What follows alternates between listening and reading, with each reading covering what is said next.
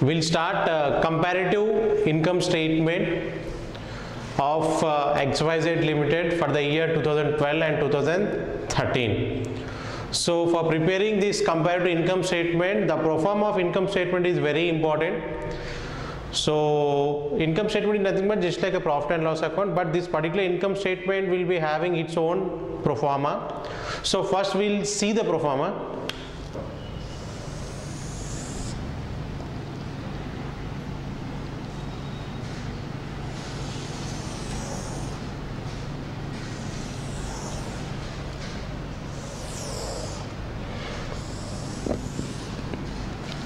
Heading should be, sorry, no, this is enough. Heading should be comparative income statement, comparative income statement, income statement of XYZ Limited, of XYZ Limited for the year 2013, for the year 2013. So your pro forma is first particulars, 2 years are given, 2012 and 2013 is given. So 2012, 2013, 2012, 2013. Next,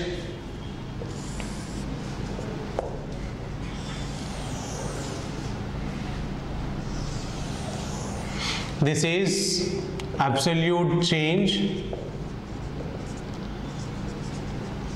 Next one is percentage change. So this is the pro forma, particulars and two different years which is given in the problem, 2012, 2013, absolute change and percentage change.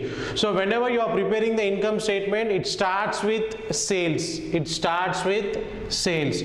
Now if you see the sales value which is given in the problem, sales for 2012. So sales for 2012 is 18 lakhs. Sales for 2012 is 18 lakhs and sales for 2013 is 20 lakhs and the sales for 2013 is 20 lakhs. So sales is given in the problem. The value of sales in 2012 is 18 lakhs and value of sales in 2013 is 20 lakhs. Now absolute change is nothing but difference between these 2 years. So by this we can assume that we can analyze that the value of sales increased by 2 lakhs in 2013. Value of sales increased by 2 lakhs in 2013. So that particular increase of 2 lakhs should be considered as absolute change. Now in this problem absolute change is 2 lakhs. How we got this? In 2012 your sales value is 18 lakhs and in 2013 your sales value is 20 lakhs. So sales increased by 2 lakhs in 2013 and we considered the 2 lakhs as absolute change. Now when you go for the percentage change, for formula for calculating the percentage change is absolute change divided by opening value, absolute change divided by opening value into 100. Absolute change divided by opening value into 100. Now in this case absolute change is 2 lakhs. So 2 lakhs divided by opening value is 18 lakhs. So 2 lakhs divided by 18 lakhs into 100.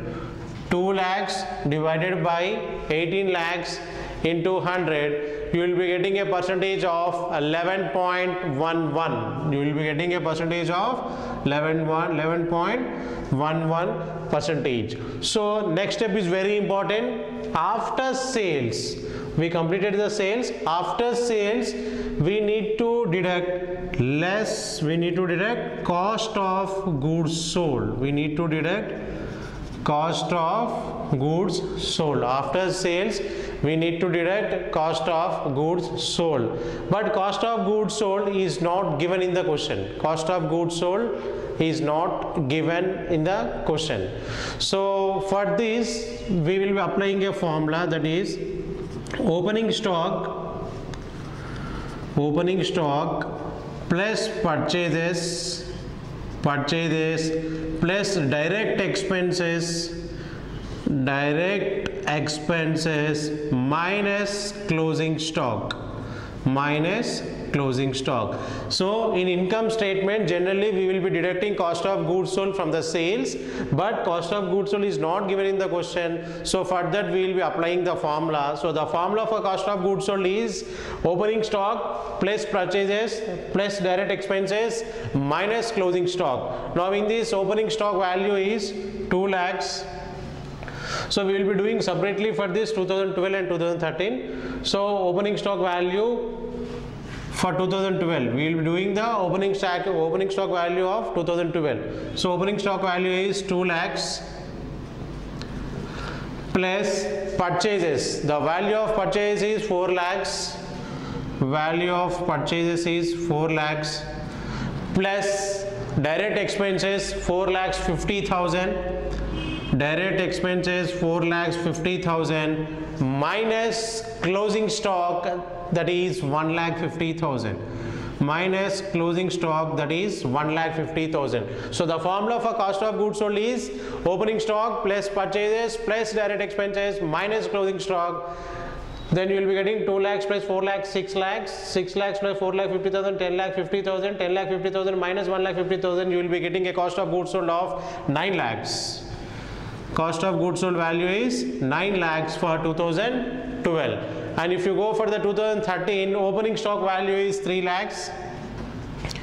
Opening stock value is 3 lakhs and the purchase of 2013 is 5 lakhs. Purchase of 2013 is 5 lakhs plus direct expenses of 2013 is 5 lakhs. Direct expenses of 2013 is 5 lakhs minus closing stock of 2013 is 2 lakhs. Minus closing stock of 2013 is 2 lakhs. Then you will be getting a cost of goods sold is 11 lakhs. Then your value of cost of goods sold is 11 lakhs. So 3 lakhs plus 5 lakhs minus 2 lakhs, you will be getting a cost of goods sold 11 lakhs. So then we will be going for the absolute change. The value of cost of goods sold increased by 2 lakhs in 2013. In 2012 your cost of goods sold is 9 lakhs. In 2013 your cost of goods sold is 11 lakhs. So there is an increase of 2 lakhs in 2013. So your absolute change is 2 lakhs. Your absolute change is 2 lakhs. Then your percentage of change, absolute change divided by opening stock into 100. So it will be 2 lakhs divided by opening stock, that is, sorry, not opening stock, opening value. Absolute change divided by opening value into 100. So 2 lakhs is the absolute change and your opening value is 9 lakhs. So 2 lakhs divided by 9 lakhs into 100, you will be getting a percentage. 2 lakhs divided by 9 lakhs into 100, you will be getting a percentage of 22.22. You will be getting a percentage of 22.22. So this is nothing but cost of goods sold. From sales we will be deducting cost of goods sold. From sales we will be deducting cost of goods sold. Then it should be considered as sales minus cost of goods sold is equal to gross profit. So 18 lakhs minus 9 lakhs, you will be getting a difference of 9 lakhs. And 20 lakhs minus 11 lakhs, same you will be getting a difference of 9 lakhs. So sales minus cost of goods sold is equal to gross profit. Sales minus cost of goods sold is equal to gross profit, and we will be considering it as capital A. Then absolute change. In this absolute change will be 0, and your percentage change will also be 0. Percentage change is also 0. So after gross profit we need to deduct from gross profit, we need to deduct operating expenses. From gross profit we need to deduct operating expenses. So in this problem, if you see the operating expenses, Administration expenses and selling expenses, these two are considered as operating expenses. Administration expenses and selling expenses are considered as operating expenses. So in this operating expenses, first we will be writing administration expenses. Administration expenses. So administration expenses in 2012 is 95,000 and administration expenses in 2013 is 1 lakh. 2013 is 1 lakh. Absolute change is 5,000 and your percentage change 5,000 divided by 95,000 into 100. Your absolute change is 5,000. And when it comes to the percentage change, that is 5,000 divided by 95,000 into 100. 5,000 divided by 95,000 into 100, you will be getting a value of 5,000 divided by 95,000 into 100, you will be getting a value of 5.2. After administration expenses, next is selling expenses. After administration expenses, next is selling expenses. So the value of selling expenses in 2012 is 90,000. Value of selling expenses in 2012 is 90,000 and selling expenses value in 2013 is 80,000. In 2013 it is 80,000. Your selling expenses decreased by 10,000. So that's why in your absolute change we will be considering it as minus 10,000. And if you go for the percentage change, that is 10,000 divided by 90,000 into 100, you will be getting a value of 10,000 divided by 90,000 into 100, you will be getting a value of 11.11. Nothing but minus 11.11 percentage. So this is nothing but selling expenses. Next thing we will be adding this. Total operating expenses, and we will be considering it as total operating expenses. And this total operating expenses should be considered as capital B. Total operating expenses should be considered as capital B. How we will be getting 95,000 plus 90,000? It is 1,85,000. Next 1 lakh plus 80,000. It is 1,80,000. And if you see the percentage change, that is 5,000. Sorry, if you see the absolute change, that is 5,000, and if you change the percentage change, 5,000 divided by 1,85,000 into 100. 5,000 divided by 1,85,000 into 100, you will be getting a percentage of 2.70. You will be getting a percentage of 2.70. This is nothing but total operating expenses. So next thing is operating profit. Operating profit. How we will be getting operating profit? Gross profit minus total operating expenses. Gross profit minus total operating expenses. Nothing but A minus B. A minus B. 9 lakhs minus 1,85,000. You will be getting a value of 7,15,000. You will be getting a value of 7,50,000. Next 9 lakhs minus 1,80,000. You will be getting a value of 7,20,000. You will be getting a value of 7,20,000. And your absolute change is 5,000. Your absolute change is 5,000. Next percentage change is 5,000 divided by 7,15,000 into 100. 5,000 divided by 7,15,000 into 100. You will be getting a value of 0.69 percentage. 0.69 percentage.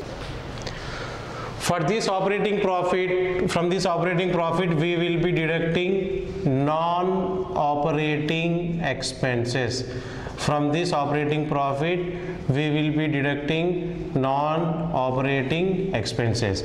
If you see the non-operating expenses in this problem, two non-operating expenses are given, that is interest paid and loss on sale of machinery. One is interest paid.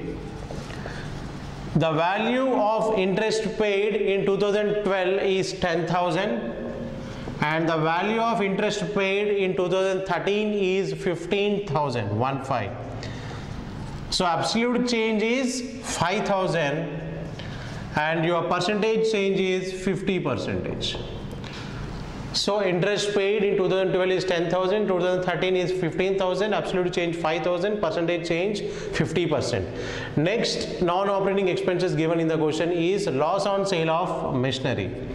Loss on sale of machinery. Loss on sale of machinery. So the value of loss on sale of machinery in 2012 is 5,000 and the value of loss on sale of machinery in 2013 is 7,000.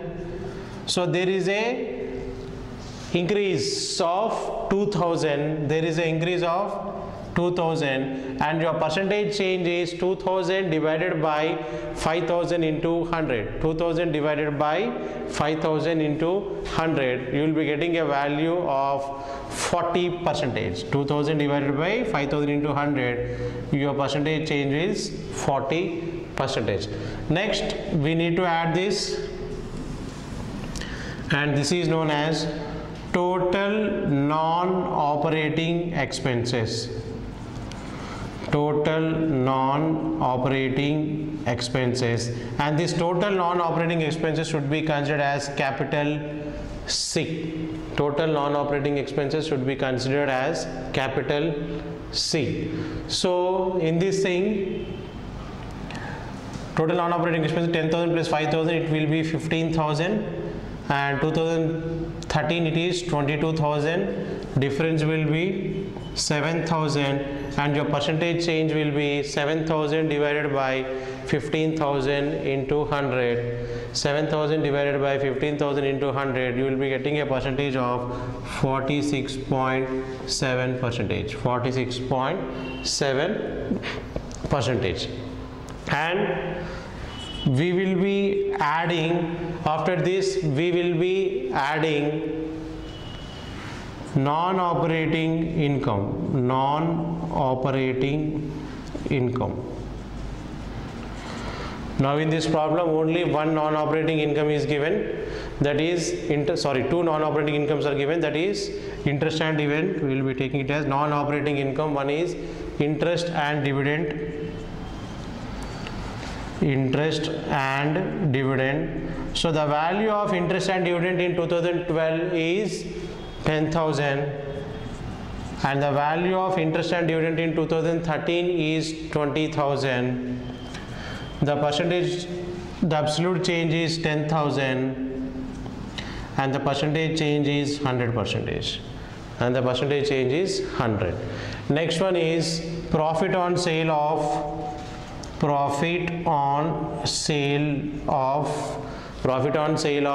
land. Profit on sale of land in 2012 is 20,000. In 2013 the value is 30,000. Absolute change is 10,000 and the percentage change is 50%. And the percentage change is 50%. Next we need to add this, and this is considered as total non-operating income. Total non-operating income. So and this total non-operating income should be considered as capital D. It will be 10 plus 20, 30,000 and 20 plus 30, 50,000. Absolute change is 30 minus 20, will be getting absolute change is 20,000 and the percentage change is 20,000 divided by 30,000 into 100. 20,000 divided by 30,000 into 100, you will be getting a percentage of 66.7. You will be getting a percentage of 66.7. Then next item will be profit before tax. Profit before tax. And how we will be getting the profit before tax? Operating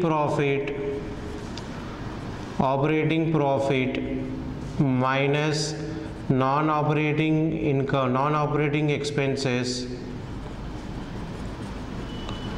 non-operating expenses plus non-operating income plus non-operating income.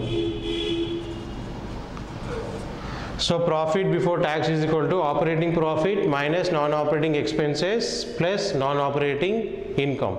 Now in this case, profit before tax will be, your operating profit is 7,15,000 minus non-operating expenses, that is 15,000. You will be getting a value of 7 lakhs.